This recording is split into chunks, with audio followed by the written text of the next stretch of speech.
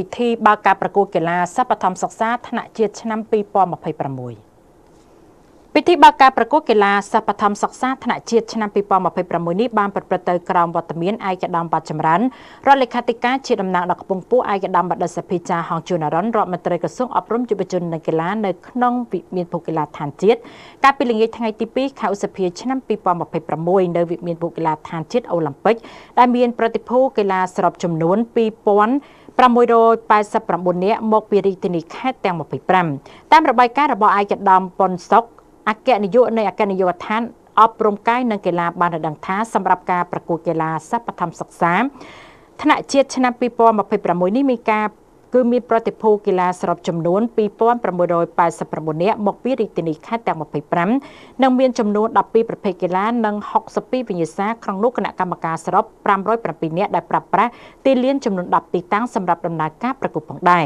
ជាមួយគ្នានេះឯកឧត្តមអគ្គនាយកបានគូបញ្ជាក់ថាការប្រកួតកីឡាសិប្បកម្មនេះដើម្បីផ្ដល់ឱកាសទៅដល់មន្ត្រីបច្ចេកទេសដែលសហព័ន្ធកីឡាជាតិបានបណ្ដុះបណ្ដាលឲ្យបានអនុវត្តការងារជាក់ស្ដែងដើម្បីទទួលបានចំណេះដឹងនិងបទពិសោធន៍លើកកម្ពស់គុណភាពនៃការរៀបចំការប្រកួតជួយឲ្យសិស្សានុសិស្សមានសុខុមាលភាពល្អកាយសម្បទាមាំមួនអំណត់ព្យាយាមគំនិតច្នៃប្រឌិតនិងសម្ដែងដណ្ដើមបានលទ្ធផលល្អលើការប្រកួតបង្កលក្ខណៈឲ្យសិស្សជួបជុំគ្នាចេះសាមគ្គីគ្នានិងចេះរួមគ្នារួមរស់ជាមួយគ្នានៅក្នុងសង្គមជំរុញស្មារតីស្នេហាជាតិនិងរួមចំណែកកាត់បន្ថយនៅភាពអសកម្មក្នុងសង្គមព្រមទាំងបង្កើតជាឱកាសក្នុងការផ្លាស់ប្ដូរបទពិសោធន៍រវាងកីឡាករកីឡាការិនីឲ្យក្នុងការប្រកួតផងដែរថ្លែងលើកឡើងក្នុងពិធីនោះដែរឯកឧត្តមបាត់ចម្រើនរដ្ឋលេខាធិការតំណាងដល់កំពង់ពោធិ៍ឯកឧត្តមបណ្ឌិតសភាចារដ្ឋមន្ត្រីក្រសួងអប់រំយុវជននិងកីឡាបានផ្ដល់អនុសាសន៍ខ្លីៗសម្រាប់គណៈកម្មការរៀបចំការប្រកួតដូចជាទី1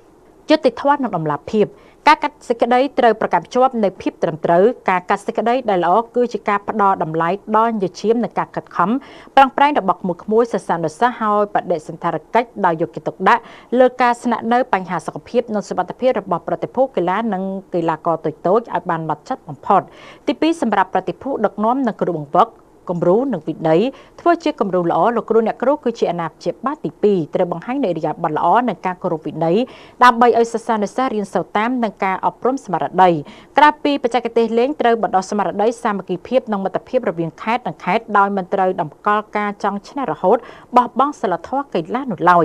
ទី3សម្រាប់កីឡាករកីឡាការិនីលេងដើម្បីសុខភាពនិងមិត្តភាពស្មារតីកីឡា Fair Play ត្រូវលេងដោយអស់ពីសមត្ថភាពគោរពច្បាប់ការប្រកួតនិងផ្ដល់តម្លៃឲ្យគូប្រកួតដោយឈ្នះដោយមោទនភាពចាញ់ដោយកិត្តិយសនិងសាមគ្គីភាពនិងទី4ការផ្សារភ្ជាប់កីឡានិងការសិក្សាកីឡាដើម្បីបង្កើតភាពសប្បាយរីករាយកាត់បន្ថយភាពតានតឹងនៅក្នុងអារម្មណ៍បង្កើនមិត្តភាពភាពជាអ្នកដឹកនាំកីឡារស់ក្នុងសន្តិភាពកីឡានាំមកនូវសុខភាពកីឡានាំមកនូវសន្តិភាពនៃការអភិវឌ្ឍសូមឲ្យការប្រកួតកីឡាសិប្បកម្មសិក្សាថ្នាក់ជាតិឆ្នាំ2026ក្លាយជាវេទិកានៃការបណ្ដុះបណ្ដាលពូជកីឡាដ៏រឹងមាំសម្រាប់អនាគតកម្ពុជា